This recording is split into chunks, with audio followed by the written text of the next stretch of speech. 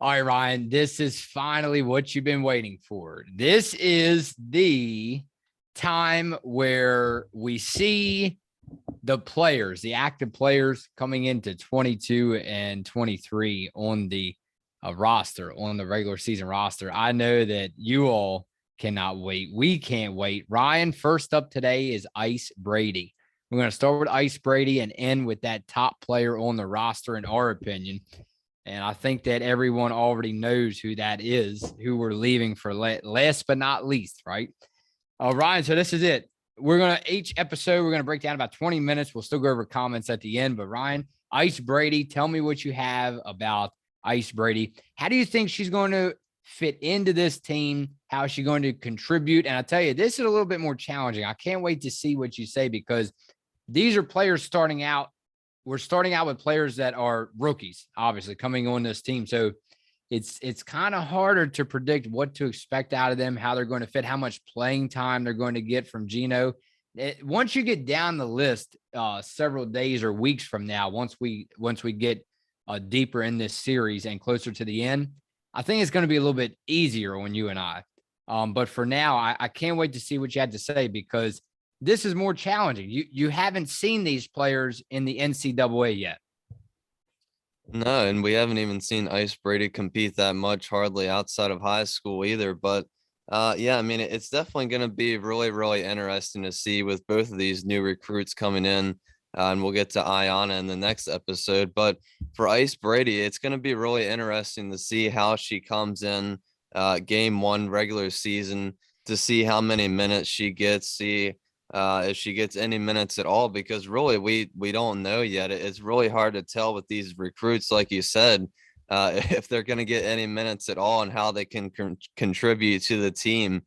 And hopefully for these two new recruits coming in, that they stick to the process and keep believing in themselves and Gino's system, and keep working towards that goal of getting in the lineup, whether it is even coming off the bench and getting a couple minutes and even 10 minutes, just contributing to the team. And hopefully they don't just give up and go to the transfer portal. But I understand it doesn't always work out for every single player. We've seen it a couple of years in the past with highly talented UConn recruits moving on.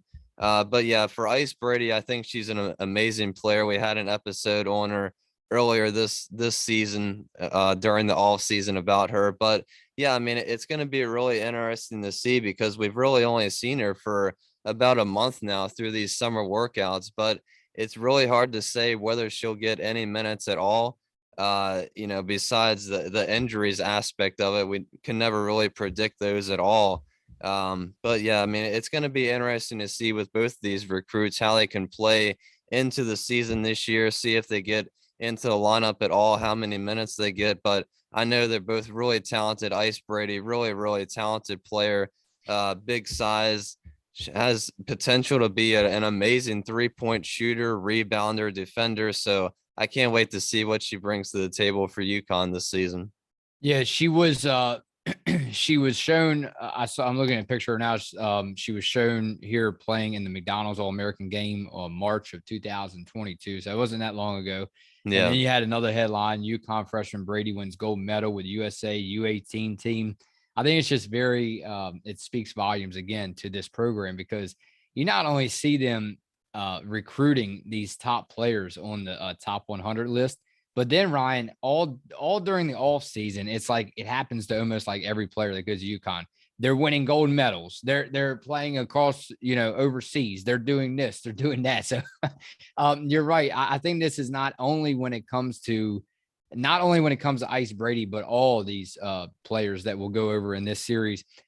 I really don't think that, you do get nerves. KK Arnold admitted that to me. I think it was KK. I'm not too sure who it was, but they said, yeah, they get nervous when they step on the court, especially because I did ask her about stepping on the court with Paige Beckers and how that will be, especially during her senior year. Beckers will be a senior when KK arrives. But I think that's Ryan. I think that's really something that is it's not, obviously they get nervous, but again, it's second nature to them, man. I mean, they've been doing this stuff since they were a small child, a Yeah. small kid. And again, I think it's all that more important that they do get that experience, especially if you're a rookie before you head to UConn to play overseas, play with the All-American teams, get your bronze medals, get your silver medals, get your gold medals, whatever you got to do to get prepared. And I think they're more than well prepared.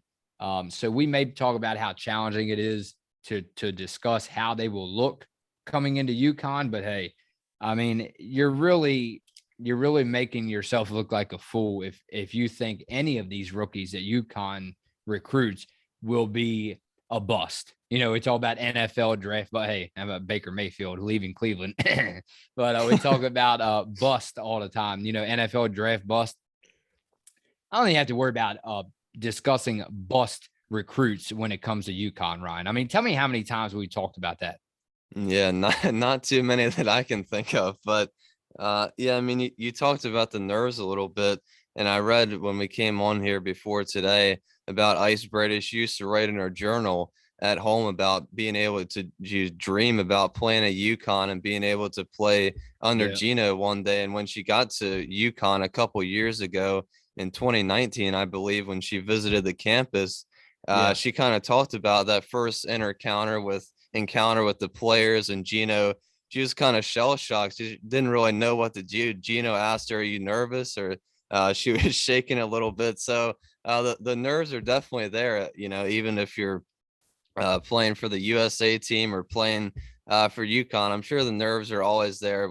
You know, especially when you're an upcoming, very talented player in the top 10, all these high expectations. But like you said, they've been doing it for so many years now, ever since they were a small kid, and those nerves will go away, I'm sure, with more experience out on the court. And you know, that's why these summer workouts are so important, because they get to build this chemistry with all their teammates and all the coaches there at UConn. So it's been a fun journey watching Ice Brady, especially in the gold medal games. And when she played on the USA team, she had a really great little stretch of games there. I was watching her highlights, and amazing putting up points and rebounds. So it was fun to watch her. But yeah, I mean, it's going to be interesting to see throughout the course of the season whether her minutes goes up at all, depending on the injuries, whether she finds herself getting more minutes throughout the whole entire season. But it's really hard to predict what kind of impact these upcoming recruits will have on the Huskies season. Yeah, that's right. And you look at the list going down here, the ESPN rankings class of 2022. So she came in at number 5. We already went over that in the last episode that we dedicated to her, or that we had we discussed about her. Ice and Ice, they just say that's almost a statement now. That's like the motto. Just call me Ice. Just call her Ice. That's it. Ice Brady. And of course, going to UConn, and Ryan, her grade is 98, and she's one of the tallest basketball players on this top 100. I mean, you're right. She stands at 6'3". The only other one that I could see on here that would be taller than her in the top, even the top 15, is your number 1. And that's Lauren Betts, and she's going to Stanford. So can you imagine? We talked about that. We had Reagan Beers on, and we talked about Yeah. how that rivalry will be, you know, if they ever see each other, which I'm sure they will. Stanford and Oregon State, Lauren Betts and Reagan Beers. But how about Lauren Betts and running into Ice Brady? You know, I can't wait to see that matchup if it ever happens, especially in March Madness. Again, you're right about her height, 6'3", and then she's out of Cathedral Catholic High School all the way in California. How far is that away from our house? Yeah, pretty far, and pretty Uh, far away from stores as well. So I'm sure uh, that was another change that she had to deal with, especially with the new surroundings, new weather. But I think especially in the next couple of years, like you said, with it being Paige's senior year next year. So when Paige and Nika Mule, Leah Edwards, these players move on, I'm sure if Ice Brady and Ayanna Patterson, if they both stick with the program here at UConn and get that experience, and just, you know, work as hard as they can to impress Gino, and kind of prove to him that they really believe in the system. Yeah. I'm sure we can see those matchups of all these upcoming recruits coming in of Lauren Betts and Reagan Beers. So it's definitely going to be fun to watch to see how these players progress and grow. Not only under UConn with Ice Brady, but with all these recruits coming in, it's very, very exciting as basketball fans. Especially with Paige Beckers running the floor as point guard so much after she leaves. I expect Gino, or if I'm Gino, I'm definitely, of course, I have no room to talk. I'm not a mastermind, nowhere near Gino. But I'm definitely, Ryan, I don't know about you, but I'm definitely giving Ice Brady a lot of playing time this year, especially in them ball games that UConn seems to blow the other teams away. If they get games like that, I'm bringing Ice Brady off the bench a lot. I'll tell you that if I'm head coach Gino, because to get her basketball IQ ready, even though I already think it's there. But again, Ice Brady, unless she changes position, she's listed as a point guard on that top 100 list. And with that said, just so she can get prepared for, especially when Paige graduates and leaves, I really think you're going to see Ice Brady play a very big role in that point guard position once Paige Beckers leaves. And I expect Ice Brady to actually run this team one day, Ryan, and continue to bring that ball up the court over and over and over again. And like they say, direct traffic. Yeah, and how exciting would that be when Paige leaves? AZ and Caroline Ducharme would both be seniors, and having Ice Brady and Ayanna Patterson out there, that would be so fun to watch after Paige leaves. That's why it's so exciting, because you never really know what to expect, but when you can look into the future and kind of predict to see what the future holds for this team and the UConn program, it's definitely really exciting when you see all these great young talented players coming in, and the potential that they all have, and if they have the chance to all play together, it can be really special to watch. That's right. All right. Getting into comments. That's Ice Brady. We wish her all the best. And we probably won't be saying her name for a while again, although we won't forget about her. We won't forget No, about her. no. We hope to see her get a lot of playing time, and as soon as this year. And we can't wait to see her on the basketball court with Paige Beckers and company and under head coach Gino. All right, Ryan, comments, and then we will head out for the weekend. UConn Huskies head coach Gino Auriemma, last episode. We will start with, let's start with geriatric 42. Why do you guys assume that Gino's primary motivation is to prepare his players for WNBA? He doesn't get paid the big bucks to win WNBA championships. No, well, you're right about that. He doesn't coach in a WNBA, but I mean, I don't think it's necessarily his first. As soon as the players get there, he's teaching them how to be a WNBA player. But I just think, especially in their junior and senior year, especially when it comes to a talented player like Paige Beckers, I just think Gino is looking out for her future career, because he knows how kind of a special talent she is, and talking about how he said to bring her weight up, and that's not necessarily just for the WNBA. That's for this year, this upcoming year right now, for her junior and senior year at UConn, because we all know how much not only Gino but all the players and all the fans want to see Paige Beckers and this team win a national championship, either during her senior or junior or senior year. So it's very important for not only Paige but all the other players to make sure their mind and body is in shape and right for not only the WNBA, but their upcoming college years still at UConn. Jason D'Amico, another good show, fellas. I wonder what Gino's record would be if 10 years ago he went up and left UConn for some other school like Seton Hall. Would he have had the same success? I'm not dissing Gino at all. I like him, but I can't help but theorize that his victories over Tennessee and the quick championship early in his career brought the best players to him. He definitely earned it, but you have to admit that it is not as difficult to win when the best players keep knocking at your door. That said, his win-loss record is insane. Hard to question the man's skills. Peace. Hey, you can go into a Tom Brady and a Bill Belichick kind of discussion right here. We saw it at the end of the day. I'm going with Jason D'Amico. I'm not saying anything disrespectful about head coach Gino at the same time. At the same time, Ryan, what do you expect when you keep having the best players in the country keep rolling in, rolling in? Hey, you had the greatest of all time quarterback leave New England. Have they won another Super Bowl yet? Have they appeared in another Super Bowl yet?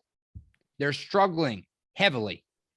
Yeah, I mean that's what I was just about to say. As soon as you read that comment off to me, it reminded me right away of Tom Brady, Bill Belichick, or even Nick Saban at the college level for football. Everybody talks about how Alabama always gets all the best players. You talk about sometimes, well, what if Tom Brady played for the Lions under a bad offensive line? Would he still been able to win all these Super Bowls? It's questions we'll probably never be able to answer, but it is interesting when we bring up these topics and talk about all these things about coaches getting the best players, or players that get also all these other talented players to play with and win all these Super Bowls with. But yeah, I mean, I think I agree as well. It's definitely it's definitely an interesting question to think about, to see if Gino would have went somewhere else, would he have had the same success? But I guess we'll never know. I'm the first to admit it. There won't be, because a lot of people admit this. They will look bad, in the public eye. But hey, admit it. Admit it. It's okay to admit it. Not everyone is like this, but most people, the nature of sports, when you start to win a lot, unless you're a fan of that team, unless you work for that team, unless you play for that team, if you're outside of that ball team and they're winning a lot, the madness heats up and you start to get really mad. Yeah. Yeah. And everybody hates on you mostly. So Tom Kibbe, Ryan, goes, by the way, I think Gino should have been named coach of the year for last year. That's a good one. yeah, I mean, I think I'd have to agree a little bit, because especially with all he had to go through, it was definitely a really interesting topic to bring up. There's so many great head coaches in women's college basketball, but as you know, Gino had to go through a lot, and even if they didn't win the title, they still made it to the title game, and they had to fight through a heck of a lot to get there. But it would have definitely been well deserved. But Gino, like you said before, it's nothing in this 36 years of coaching, 37 years. That was his toughest season. So he definitely had to fight hard with that team last year to even get to March Madness, and to get to that title game was something special. Iva, what's up, Iva? Thanks for coming through. Thing about Gino is that he knows what each player needs to develop, which buttons he needs to push to get best version of that player, but also he has some expectations that players need to meet. Yeah, and that's really important for the recruits as well, and any transfers, new players that he brings in, because we talked about it before. It's a very, very specific system, very unique system that Gino's built over the years at UConn, with Chris Daly as well. But there's certain things that he looks for in a player. Can they pass under the system? Do they know the offense? Do they know whether to screen or pass the ball at certain points? Are they good defensive player? Are they going to hustle to get the ball? So there's so many things that Gino looks for in every single player, and he has their best interests all the time, I'm sure. And he's always helping all these new players get accustomed to the system as well. How about this one? Is a perfect comment from JHE. Thanks for coming through. This one is definitely a perfect comment to end on today's show. Last season was the best performance of UConn women's basketball compared to other seasons since 2017. From 2017 to 2021, they only reached the Final Four. Last season, they reached the championship despite the predictions of the experts, defying all of them. And that's a great achievement. Hey, let me tell you before you go, Ryan, that is a JHE.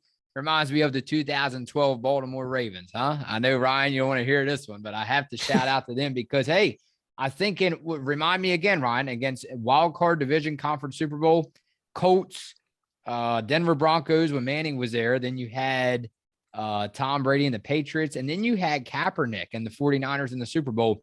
And if I'm not mistaken, I believe every single playoff game, the Baltimore Ravens were underdogs.